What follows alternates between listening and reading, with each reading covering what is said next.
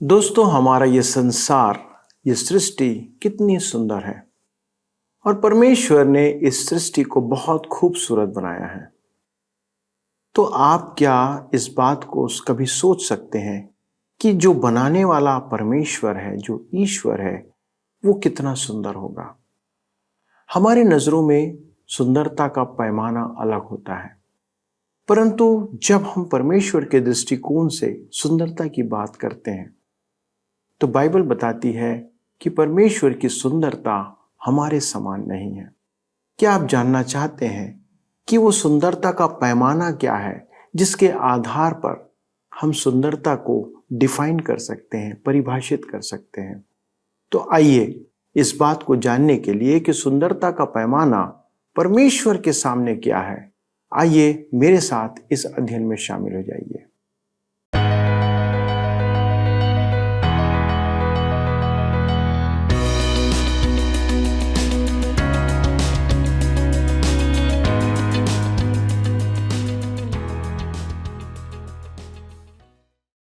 प्रिय मित्रों, आप सभी को हमारे प्रभु और मुक्तिदाता यीशु के मधुर और सामर्थी नाम में प्रेम भरा नमस्कार। आज पुनः आपके हंसते मुस्कुराते हुए चेहरे देखकर मैं परमेश्वर को धन्यवाद देना चाहता हूं कि उसने आपको सुरक्षित रखा है और हम सभी को एक नया दिन दिया है कि हम उसकी महिमा और धन्यवाद कर सकें। आप हमारे साथ सत्यवचन कार्यक्रम में हैं और मैं आपका हृदय की गहराइयों से स्वागत करता हूं। दोस्तों, हम बाइबल से श्रेष्ठ गीत की पुस्तक का अध्ययन कर रहे हैं और परमेश्वर के प्रेम और उसके प्रेम और हमारे प्रेम की तुलना कर रहे हैं कि क्या हम उससे उतना प्रेम करते हैं जितना वह हमसे करता है। श्रेष्ठ गीत की पुस्तक हमें उस सिद्ध प्रेम का परिचय प्रदान करती है जो हमें परमेश्वर से करना है। इस पुस्तक में उस प्रेम का प्रगटीकरण पति और पत्नी के प्रेम के द्वारा से भी प्रस्तुत किया गया है। जब हम इस रीति से प्रेम की तुलना करते हैं तो हमारे मनों में किसी प्रकार के भ्रष्ट विचार नहीं आने चाहिए, पर एक पवित्र प्रेम की अनुभूति उत्पन्न होनी चाहिए जो मसीह के द्वारा से प्रस्तुत किया गया है। दोस्तों, पति और पत्नी के बीच का प्रेम और संबंध एक रूपक मात्र है, एक उदाहरण मात्र है जो हमें परमेश्वर के प्रेम को समझाने के लिए उपयोग किया गया है। यही कारण है कि बहुत से विश्वासी और गैर विश्वासी इस पुस्तक के द्वारा दिशा भ्रमित हो जाते हैं या हो चुके हैं। हम आज देखने जा रहे हैं कि जिस प्रकार यीशु के जन्म से लेकर मृत्यु तक लोबान उसके जीवन की सुगंध को प्रकट करता है और उसके जन्म और मृत्यु का रूपक है, उसी प्रकार हमारे जीवन में भी मसीह का वास स्थान होना चाहिए। कुछ लोगों के लिए मसीह केवल रविवार या किसी विशेष दिन का परमेश्वर होता है, पर बाकी दिन और अन्य समय पर वह उससे बहुत दूर जीवन व्यतीत करते हैं। वचन कहता है कि हमारे जीवन में हर पल मसीह वास करना चाहिए।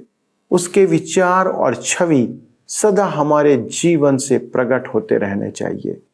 चलिए दोस्तों, अध्ययन में आगे बढ़ते हुए हम देखते हैं कि श्रेष्ठ गीत की वधू के जीवन में उसका वर अर्थात मसीह किस प्रकार वास करता था। मित्रों, आइए आज हम अपने अध्ययन में आगे बढ़ें और हम देखेंगे श्रेष्ठ गीत में से छातियों के बीच में लोबान की थैली। वधू की यह बात अत्यधिक घनिष्ठता की है, परंतु उससे दूर न भागें। श्रेष्ठ गीत 1:13 में लिखा है, मेरा प्रेमी मेरे लिए लोबान की थैली के समान है जो मेरी छातियों के बीच में पड़ी रहती है। विश्वासी के लिए लोबान की थैली प्रभु यीशु का प्रतीक है। यीशु के जन्म पर ज्योतिषी लोबान की भेंट लाए थे। प्रभु यीशु की मृत्यु के बाद यूसुफ और निकोदेमस उसकी मृतक देह पर लगाने के लिए लोबान लाए थे। लोबान उसके जन्म से मृत्यु तक के संपूर्ण जीवन का प्रतीक है। मेरे मित्रों, रात में भी प्रभु यीशु आपके हृदय और आपके मन में भरा होना चाहिए। रात में नींद खुलती है तो आप क्या सोचते हैं? क्या आपको अगले दिन की चिंता सताने लगती है? मैं स्वीकार करता हूं कि मैं बहुत चिंता करता हूं, परंतु चिंता से हटकर प्रभु यीशु पर ध्यान लगाना अति उत्तम है। हमें फिलिपियों की पत्री 4 अध्याय उसके 8 पद का प्रबोधन स्मरण रखना है। इसलिए हे भाइयों, जो बातें सत्य हैं और जो बातें आदरणीय हैं और जो बातें उचित हैं और जो बातें पवित्र हैं और जो बातें सुहावनी हैं और जो बातें मन भावनी हैं, अर्थात जो भी सद्गुण और प्रशंसा की बातें हैं, उन्हीं पर ध्यान लगाया करो। दूसरे शब्दों में, प्रभु यीशु पर ध्यान किया करो, क्योंकि सद्गुण और सब कुछ वही है। ट्रॉथ प्लाइट स्पाउस ने कहा, लोबान की थैली मेरे प्रिय की ओर से मेरे लिए सर्वोत्तम उपहार है, जिसे मैं नींद में अपनी छाती से बांधता हूं। मेरा एक मित्र कहता है, जब मैं रात में सोने जाता हूं, तब मैं अपनी चादर खींचकर ऊपर देखकर कहता हूं, प्रभु यीशु, मैं तुझसे प्रेम करता हूं। आइजैक वाट्स ने कहा, लोबान पेड़ का लहू है, वैसे ही मरने वाला मसीह मेरे लिए है। जब वह मेरी आत्मा को अपना अतिथि बनाता है, तो प्रभु मेरी छाती तेरा विश्राम स्थल बन जाता है। उफ, मेरे मित्रों, हम प्रभु यीशु मसीह का ध्यान करें। वह कैसा महान है। और अर्स्कीन ने लिखा, इस खुली थैली से उसकी सुगंध व्याप्त होती है। मेरे देहधारी परमेश्वर में ऐसी जटिल सुगंध है। मेरे प्रियो, जब आप मसीही जीवन के सूत्र या अनुष्ठान का पालन करते हैं, तो आप बहुत कुछ खो देते हैं। उसे आप अपने जीवन का उद्देश्य बनाएं, जो उत्साह, उन्माद, सहभागिता और आनंद लाता है। उसका अनुग्रह, प्रेम, दया सब आपके लिए हैं। सब द्वार खोल दें। यीशु दस्तक दे रहा है। आगे हम देखते हैं मेहंदी के फूलों के गुच्छे। वधू अपने घर में प्रसन्नता की चर्चा कर रही है। श्रेष्ठ गीत 1:14 में लिखा है, मेरा प्रेमी मेरे लिए मेहंदी के फूलों के गुच्छे के समान है, जो एनगदी की दाख की बारियों में होता है। यह मेहंदी अरबी मेहंदी है। इसकी छाल काले रंग की होती है और पत्तों का रंग हल्का हरा। इसके फूल सफेद रंग का पीलापन लिए हुए होते हैं, जो देखने में सुंदर और सुगंध में मनभावन होता है। आज भी उतने ही सराहनीय हैं जितना सुलेमान के युग में थे। महिलाएं इससे बहुत पसंद करती हैं और अपने घरों में सुगंध के लिए रखती हैं। मेहंदी के फूलों से वर की तुलना कैसी उत्तम है। इसे देखिए, मेरा प्रेमी मेरे लिए मेहंदी के फूलों के गुच्छे के समान है, जो एनगदी की दाख की बारियों में होता है। एनगदी मृत सागर के निकट रेगिस्तान में मरुद्यान है।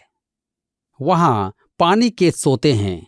आपको स्मरण होगा कि दाऊद जब शाऊल से जान बचाकर भाग रहा था, तब वह इसी क्षेत्र में छिपा था। छिपने के लिए वह स्थान अच्छा है। वहां मसाले भी उगाए जाते हैं। वह निर्जन रेगिस्तान में एक प्राकृतिक सौंदर्य है। यहाँ वर की तुलना एनगदी के अंगूर के बगीचों में उगने वाली मेहंदी के गुच्छों से की जाती है। वह उन पौधों के समान उस मनमोहक सुगंध से भरा हुआ है। हमारा प्रिय प्रभु यीशु इसी प्रकार आकर्षक और सुगंधित है। जब मैं प्रभु यीशु के ईश्वरत्व की अधिक चर्चा करता हूं, पर मैं यह भी सोचता हूं कि क्या मैं उसकी व्याख्या को विकृत तो नहीं कर रहा हूं। क्या आपने कभी सोचा है कि वह देखने में कैसा रूपवान होगा? उसने हमारा मानव स्वभाव अपनाया था और हमारी ही तरह हर एक बात में परखा गया, परंतु पाप में नहीं गिरा। उसमें पाप नहीं था। अति अद्भुत बात है। उसके व्यक्तित्व में कुछ भी विकार नहीं था, परंतु पुराना नियम में अन्न बलि मसीह के मनुष्यत्व का प्रतीक है। वह आटा उच्च कोटि का भली भांति गूंधा हुआ आटा था। आज हम में से अधिकांश विश्वासी गांठदार हैं, शरीर से नहीं, मानसिकता में। हम किसी न किसी रूप में विकृत हैं। हम सब की कोई न कोई असामान्यता है। एक पुरुष किसी से बात कर रहा था। उसने कहा, आप जानते हैं, हम सब में कोई न कोई अनोखापन होता है। उसके साथी ने कहा, मैं नहीं मानता कि मुझ में कोई अनोखापन है। पहले व्यक्ति ने कहा, मैं आपसे एक बात पूछना चाहता हूं, आप सीधे हाथ से कॉफी में चम्मच चलाते हैं या उल्टे हाथ से?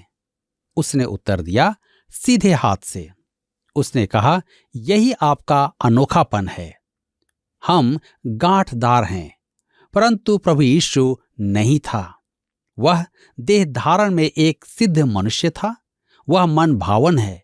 वह मेहंदी के फूलों का गुच्छा है। उसके विषय यूहन्ना बपतिस्मा देने वाले ने बड़े उत्साह और सद्भावना से कहा।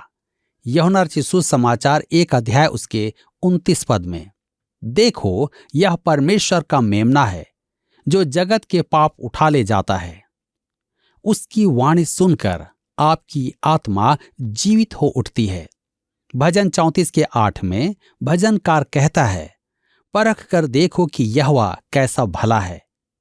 क्या ही धन्य है वह पुरुष जो उसकी शरण लेता है। प्रभु यीशु बलि का पात्र था, जैसा पौलुस भी कहता है इफिसियों की पत्री 5 अध्याय उसके 2 पद में, हमारे लिए अपने आप को सुखदायक सुगंध के लिए परमेश्वर के आगे भेंट करके बलिदान कर दिया। वह उसे होम बलि को प्रकट करता था जो स्वर्ग तक उठती थी। यह वह तथ्य है कि परमेश्वर आपके और मेरे लिए प्रभु यीशु के काम से पूरी तरह संतुष्ट था। उसने कहा मत्ती रचित सुसमाचार 3 अध्याय उसके 17 पद में, यह मेरा प्रिय पुत्र है जिससे मैं अत्यंत प्रसन्न हूं। उसने आपके लिए और मेरे लिए तो ऐसा कुछ नहीं कहा, परंतु यीशु के लिए कहा कि वह उससे अति प्रसन्न है। मेरे मित्रों, क्या आप मसीह यीशु से संतुष्ट हैं? मेरे विचार में अधिकांश जन संतुष्ट नहीं हैं। यदि वे होते तो सांसारिक वस्तुओं में संतोष खोजने के लिए यहां वहां भागते नहीं रहते, नई नई वस्तुओं की खोज में नहीं रहते। बाइबल अध्ययन में भी हम इतना अधिक अन्य बातों में व्यस्त हो जाते हैं कि प्रभु यीशु पर से हमारा ध्यान हट जाता है। वह कैसा महान है। मेरा प्रेमी मेरे लिए मेहंदी के फूलों के गुच्छे के समान है जो इन गदी के दाख की बारियों में होता है। मेहंदी के फूलों के गुच्छे में एक और अति रोचक उपमा है। धर्मशास्त्र में यीशु के एकमात्र होने पर विशेष ध्यान दिया गया है। वह परमेश्वर का एकमात्र पुत्र है। वह एकमात्र चरवाहा है। वह एकमात्र सच्ची दाखलता है। वह जगत की एकमात्र ज्योति है। वह पिता का एकमात्र सेवक है। वह पाप का एकमात्र सिद्ध बलिदान है। वह एकमात्र मार्ग, एकमात्र सत्य, एकमात्र जीवन है। उसकी इस अद्वितीय एकता में ऐसी परिपूर्णता है जो कभी खाली नहीं होती। वह सुगंधित फूलों का गुच्छा है। वह एकमात्र तो है, परंतु उसमें सब कुछ है। परमेश्वर के इस मेमने में अनेक शालीनताएं समाई हुई हैं। उसमें इनका बहुत अच्छा तालमेल है। उसमें हम अब्राहम का विश्वास देखते हैं, याकूब की कायल करने वाली शक्ति देखते हैं, मूसा की विनम्रता देखते हैं, एलिय्याह का जोश, अय्यूब की पवित्रता, यूहन्ना का प्रेम देखते हैं। मेरे प्रियो, ये सब गुण उसमें सिद्ध हैं और बहुतायत से हैं। सत्य, धार्मिकता, ज्ञान, प्रेम, दया, मित्रता, वैभव, सामर्थ्य, प्रभुता, दीनता, सहनशीलता, विश्वास, जोश, साहस, पवित्रता आदि सब सद्गुण उसमें पाए जाते हैं। यदि कोई सद्गुण इनमें छूट रहा है तो उसे भी इस सूची में जोड़ें, क्योंकि वह सब कुछ है। जी हाँ, वह सब कुछ है क्योंकि वह हमारा प्रभु है। यही तो उसकी विशेषता है। अब हम आगे देखते हैं। तू सुंदरी है। वधु द्वारा वर की प्रशंसा के बाद वर कहता है, श्रेष्ठ गीत 1 के उसके 15 पद में, तू सुंदरी है। हे मेरी प्रिय, तू सुंदरी है, तेरी आंखें कबूतरी की सी हैं।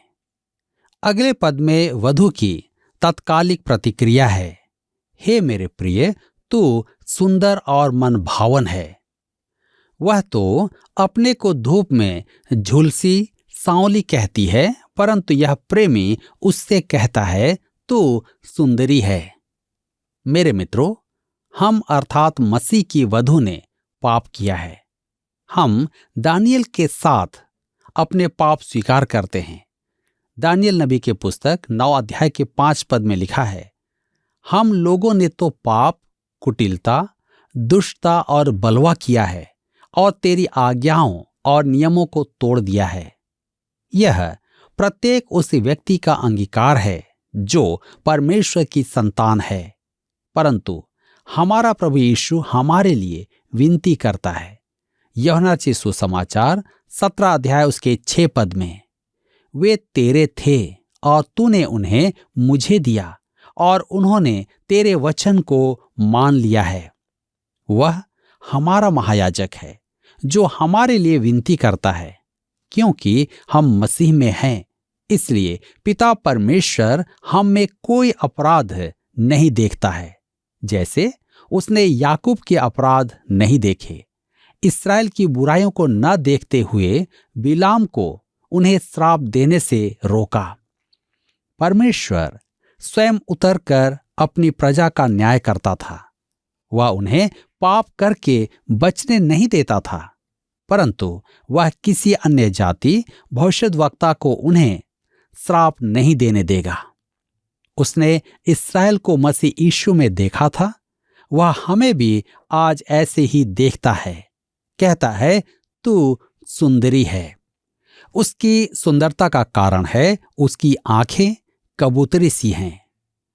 कबूतर पवित्रता और स्थिरता का प्रतीक है। उसकी आंखें वर पर टिकी हुई हैं। उसकी संपूर्ण सुंदरता वर की सुंदरता का प्रतिबिंब है। मत्ती रचित सुसमाचार 6 अध्याय उसके 22 पद में यीशु ने कहा, शरीर का दिया आंख है, इसलिए यदि तेरी आंख निर्मल हो तो तेरा सारा शरीर भी उजियाला होगा और सुंदरता से भरा होगा। फिर पद 23 में वह कहता है, परंतु यदि तेरी आंख बुरी हो तो तेरा सारा शरीर भी अंधियारा होगा।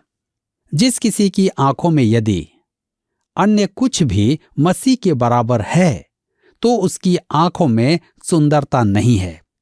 मत्ती रचित सुसमाचार 10 के 37 पद में प्रभु यीशु स्पष्ट कहता है, जो माता या पिता को मुझसे अधिक प्रिय जानता है वह मेरे योग्य नहीं, और जो बेटा या बेटी को मुझसे अधिक प्रिय जानता है वह मेरे योग्य नहीं।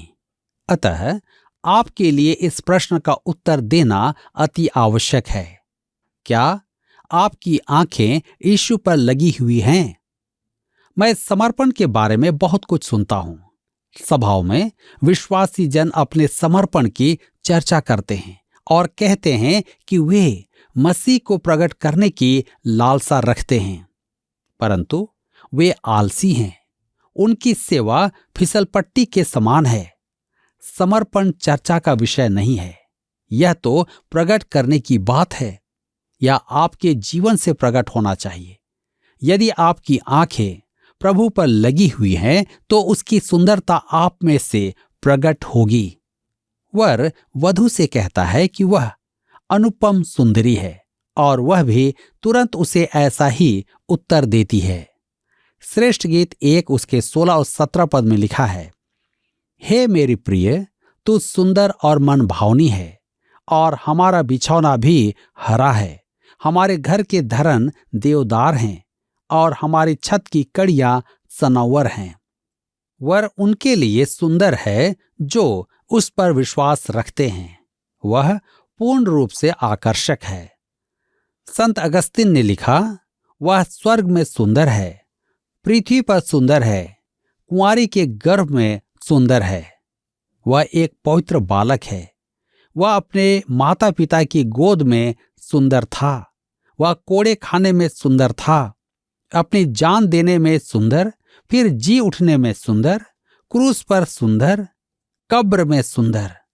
परमेश्वर के महान संत अगस्तिन ने प्रभु यीशु का वर्णन इसी प्रकार किया था।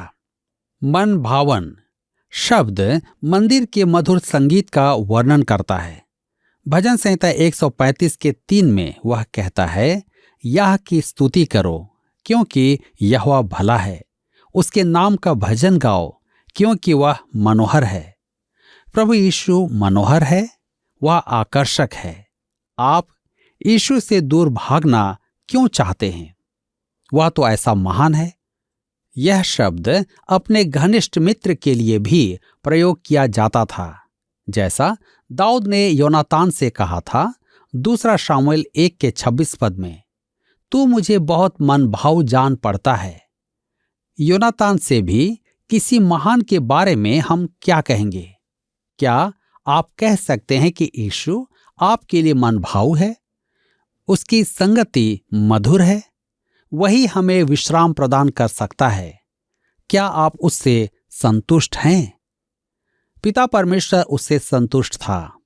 हे मेरे प्रिय, तू सुंदर और मन भावन है और हमारा बिछौना हरा है। उनके विवाहोत्सव में उनका तख्त फूलों और पत्तियों से सजाया जाता था। यदि पृष्ठभूमि में यरूशलेम है तो बिछौना हरा होना ही है। इसका संदर्भ इनके मिलन के प्रथम स्थान से भी हो सकता है, जहां हरी हरी घास थी, जहां शायद वे बैठकर बातें करते थे जब उनकी भेड़ें चर रही होती थी। वह संबंध बनाने का स्थान था। यहां हमें दाऊद का भजन 23 याद आता है, वह मुझे हरी हरी घास में बिठाता है। हरी चारागाह भेड़ के संतोष का स्थान है, वह खाकर तृप्त होती है। यह प्रभु यीशु के निमंत्रण का उत्तर है। जी हां, वह सब परिश्रम करने वाले और बोझ से दबे हुए लोगों को बुलाता है कि वे विश्राम पाएं। मेरे विश्वासी मित्रों, यह हरी चारागाह हमारे लिए है। यदि आप थकित और बोझिल हैं तो उसमें विश्राम कर सकते हैं। ए मोडी स्टुअर्ट ने कहा, बोझ से दबे और निराश यीशु को छोड़ दूर शांति खोजते हैं। जैसे रेगिस्तान में हाजिरा, मश्क की अंतिम बूंद भी समाप्त हो गई है और तू मरने के लिए लेट गया, परंतु अपने कान खोल तो सुनेगा। मेरे पास आओ, मैं तुम्हें विश्राम दूंगा। अपनी आंखें खोल तो तुझे धुआं दिखेगा और हरी घास का मैदान दिखाई देगा, और आप संपूर्ण मन से उसे उत्तर देंगे, तू सुंदर और मन भावन है और हमारा बिछौना भी हरा है। यह कैसा सुंदर दृश्य है। मेरे मित्रों, आपको स्मरण होगा कि वह कहाँ बैठा था। सबसे पहले उस चरनी में आया था और उसका अंतिम स्थान यूसुफ की कब्र था। वह वहां इसलिए गया था कि हम उसके साथ हरी चारागाहों में बैठें। क्या आज आप उस चारागाह में बैठना चाहते हैं? यदि हां, तो आज अवश्य ही इस वचन पर विचार करें। परमेश्वर आप सबको आशीष दे। दोस्तों, हम देख रहे हैं कि मसीह की सुंदरता का एक अद्भुत वर्णन यहाँ किया गया है। हमारे जहन में सुंदरता का एक अलग मानक है। हम शरीर की बनावट, नाक नक्श, रंग रूप आदि के आधार पर सुंदरता को परिभाषित करते हैं, पर परमेश्वर के दृष्टिकोण में सुंदरता चरित्र पर आधारित होती है। जब हम मसीह की सुंदरता की बात करते हैं तो वचन कहता है कि परम सुंदर है। मसीह परम सुंदर है। मसीह न केवल शारीरिक संरचना में सुंदर है, पर वह अपने आध्यात्मिक गुणों में भी सुंदर है। हम मनुष्यों के लिए आवश्यक है कि हम उस सुंदरता को देखने का प्रयास करें जो मसीह यीशु के व्यक्तित्व और व्यक्ति में प्रकट किया गया है। एक है उसकी भलाई जो हम पर प्रकट की गई है। परमेश्वर हम मनुष्यों पर भला है।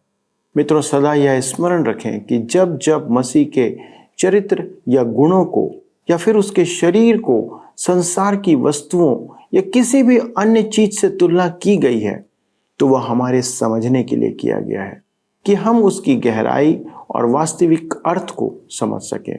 उसकी पवित्रता सुंदर है जो उसकी आंखों से प्रकट होती है कि वह हम पर करुणा की दृष्टि रखता है। यीशु परमेश्वर का प्रतिरूप है जो परमेश्वर के सारे गुणों को प्रकट करता है। इस कारण जब हम अपने परमेश्वर को निहारते हैं तो हमें वह सुंदरता दिखाई देनी चाहिए। क्या हमें मसीह के द्वारा परमेश्वर की सुंदरता दिखाई देती है? क्या हम परमेश्वर के उस गुण को देख पाते हैं? दोस्तों, हमारा परमेश्वर अति सुंदर है और हमें उसकी सुंदरता को अपने जीवन में अपनाने की आवश्यकता है। यदि हम मसीह को अपनाते हैं तो हम उसके गुणों को भी अपनाते हैं। हमें उसकी शुद्धता में बढ़ते जाने की आवश्यकता है। दोस्तों, हम भले ही कितने वर्षों से मसीह के साथ चल रहे हैं, पर क्या उसकी सुंदरता या उसके गुण हम में प्रकट हो रहे हैं? आज हमारे लिए यह प्रश्न है। यदि हम में मसीह की सुंदरता प्रकट नहीं है तो हम उसकी समानता में बढ़ नहीं रहे हैं। एक विश्वासी के लिए यह आवश्यक है। मित्रों, आइए हम प्रयत्न करें कि हम मसीह की सुंदरता को न केवल पहचानें पर उसकी सुंदरता में बढ़ते चले जाएं। आइए प्रार्थना करें। हमारे स्वर्गीय पिता, हमारे उद्धारकर्ता यीशु के नाम से आपको धन्यवाद देते हैं। प्रभु, आपके प्रेम और आपकी दया प्रभु अद्भुत है। और जब आपके वचनों पर हम मनन करते हैं पिता, तो हम आपके और उस प्रेम की गहराई को हम देख पा रहे हैं, समझने का प्रयास कर रहे हैं। प्रभु, आप एक अद्भुत परमेश्वर हैं जिसके प्रेम की गहराई हम नाप नहीं सकते। पिता परमेश्वर, हमारी विनती है प्रभु कि हम भी आपसे वैसे प्रेम करने का प्रयत्न करें जितना आपने हमसे प्रेम किया। प्रभु जी, हमारी विनती है हमारे सभी दर्शकों के लिए कि उनके जीवन में आपका अनुग्रह, आपकी दया बनी रहे। प्रभु जी, कौन अपने जीवन में किस आत्मिक स्तर पर है हम नहीं जानते, परंतु हम ये जानते हैं कि आप जानते हैं उनका जीवन किस स्तर पर है। और हमारी विनती है पिता कि आप उनके जीवन को, जिन्होंने अपना समर्पण आपके सामने किया है, उन्हें अपने महिमा में बढ़ाते चले जाएं। सभी दर्शकों को आपके हाथों में सौंपते हुए विनती प्रार्थना प्रभु यीशु क्रिस्ट के नाम से मांगते हैं, आमीन। दोस्तों, आज के अध्ययन के द्वारा आपने प्रेम की किस गहराई को जाना? यदि आप हमारे साथ साझा करना चाहते हैं तो कृपया हमें सूचित करें फ़ोन, SMS और व्हाट्सएप का उपयोग करने के द्वारा। अगले प्रसारण में इस प्रेम के अध्ययन को हम आगे बढ़ाएंगे। तब तक परमेश्वर के साथ इसी प्रेम में बने रहिए। प्रभु आपको आशीष दे। आइए प्रश्न देखें। पिछले प्रश्न का उत्तर है बी, मसीह की धार्मिकता। एक मनुष्य को परमेश्वर की उपस्थिति में आने के लिए मसीह की धार्मिकता की आवश्यकता होती है। आज के अध्ययन पर आधारित प्रश्न है, पुराने नियम में खाली स्थान मसीह के मनुष्यत्व का प्रतीक है। ए, होम बलि, बी, पाप बलि, सी, अन्न बलि, डी, दोष बलि। मित्रों, इस प्रश्न का उत्तर हमें कल सुबह 6 बजे से पहले विकल्प ए, बी, सी या डी के साथ अपना नाम, पता, स्थान के साथ 9651433397 पर SMS या व्हाट्सएप करें। सभी विजेताओं को विशेष पुरस्कार प्रदान किए जाएंगे। धन्यवाद। क्या आपको यह कार्यक्रम पसंद आया? अभी हमें एक मिस कॉल करें और आप अगले विजेता हो सकते हैं।